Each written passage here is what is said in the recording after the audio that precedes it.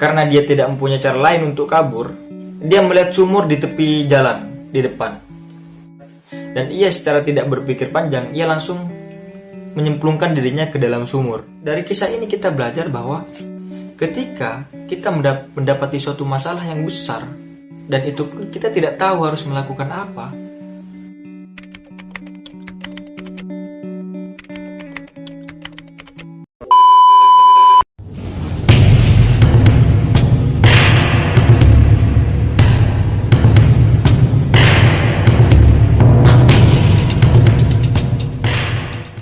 Assalamualaikum warahmatullahi wabarakatuh.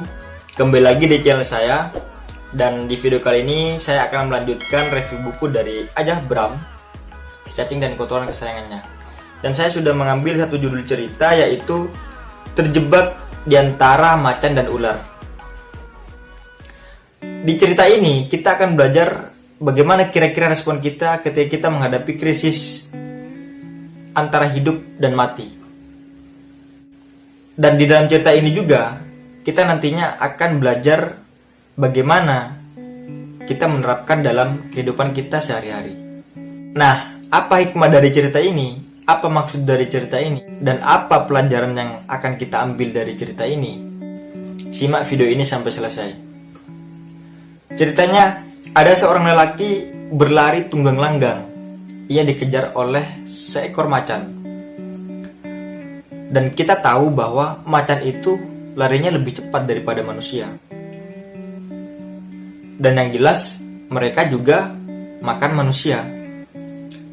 Dan kebetulan si macan ini kelaparan. Karena dia tidak mempunyai cara lain untuk kabur, dia melihat sumur di tepi jalan di depan.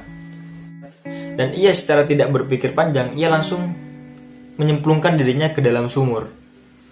Dan sebelum ia sampai di dasar sumur, ia tahu bahwa sumur itu kering, bahwa sumur itu tidak ada airnya. Dan ia juga tahu bahwa di dalam sumur itu terdapat ular hitam yang melingkar, dan itu besar, ada di dalam sumur itu. Lelaki ini secara responsif, dia memegang tepi-tepi sumur, dan kebetulan sumur itu terdapat banyak akar dari kayu-kayu di sekitar itu. Dan ia memegang akar-akar itu, tepi-tepi sumur, sehingga ia tidak sampai ke dasar sumur yang ada ularnya tersebut. Ketika lelaki ini sudah mulai tenang, ia sadar bahwa ular yang ada di bawah tersebut sudah mulai ke atas. Ular yang ada di bawah tersebut sudah mulai mencoba untuk menggigit kaki dari si pria ini, dari si manusia ini. Dan jarak antara kepala ular dengan kaki si manusia ini hanya tinggal sejengkal, kira-kira segila. Dan ketika ia mendongak ke atas, ia sudah mendapati macan tersebut. Dan macan tersebut mencondongkan badannya untuk meraih, untuk menangkap si manusia ini. Dan jaraknya juga sejengkal. Bisa dikatakan ia hanya bergelantung di sebuah sumur yang ada akarnya di tengah-tengah lah. Yang di bawahnya itu ada ular yang jaraknya segini, sejengkal. Dan di atas juga ada macan yang jaraknya sejengkal. Dan tiba-tiba juga ada tikus, ada 2 tikus yang terus menggigiti akar-akar pohon itu.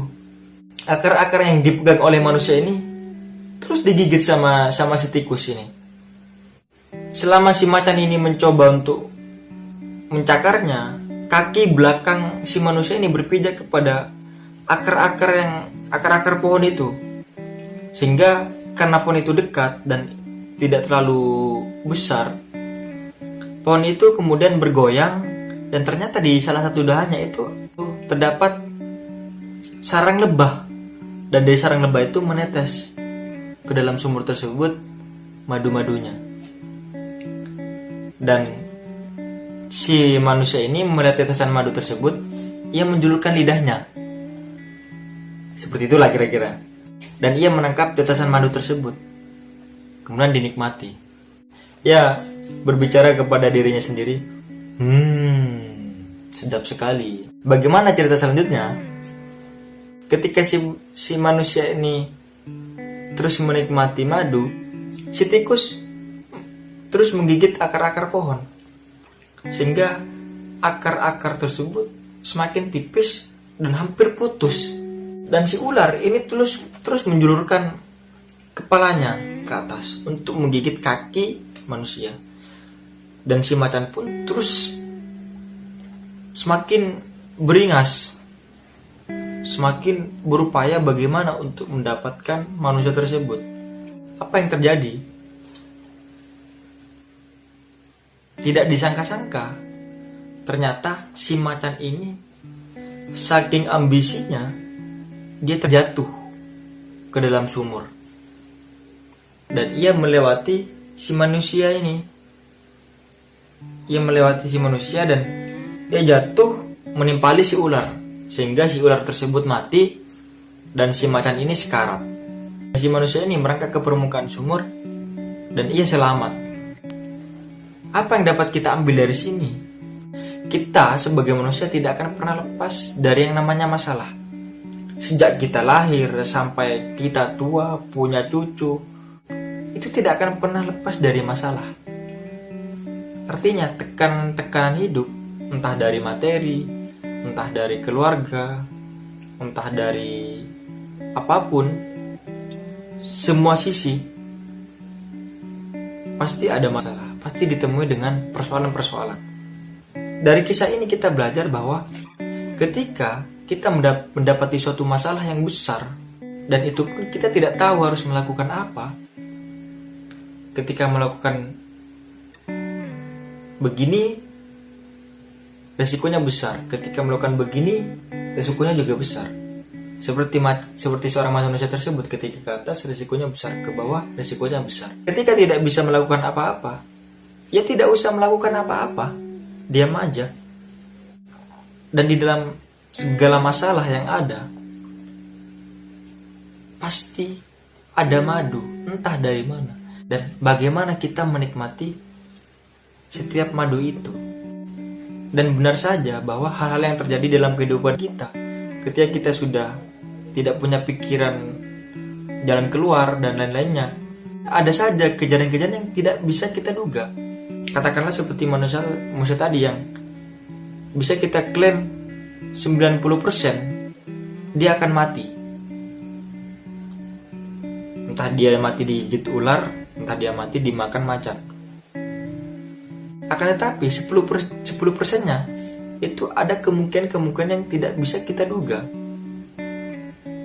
Ya sama aja di dalam kehidupan kita yang banyak mendapati masalah, yang banyak mendapati persoalan-persoalan, kita harus tetap tenang. Kita harus belajar bagaimana menikmati sisi manis, sisi kebahagiaan di dalam masalah-masalah tersebut. Pasti ada, cuman bagaimana kita menikmatinya. Kembali lagi, ketika kita dihadapkan suatu kondisi di mana kita di dalam kehidupan kita terdapat masalah yang kita tidak tahu harus melakukan apa, karena risikonya di semua sisi itu besar, ya nggak usah melakukan apa-apa. Kita harus mencari sisi madu tersebut, sisi manis tersebut, sisi kebahagiaan tersebut. Apa yang tergandung dalam sisi masalah ini. Jangan heran ketika kemudian ada solusi yang tidak keluar dari kita, tapi istilahnya bisa dikatakan keajaiban lah. Ada kemungkinan yang itu di luar pikiran kita, di luar akal sehat kita, dan itu bisa terjadi.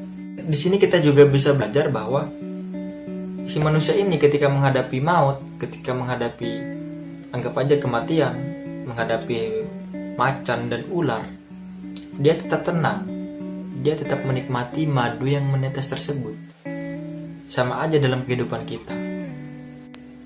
Kita banyak diimpit masalah apapun, kita harus tetap tenang. Ketika kita tidak bisa melakukan apa-apa, tidak usah berbuat apa-apa, tunggu aja keajaiban, dan itu bisa aja terjadi.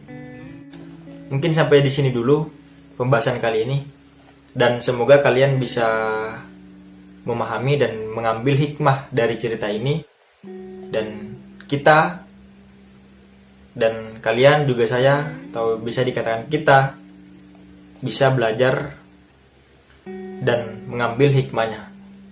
Sekian dari saya, terima kasih.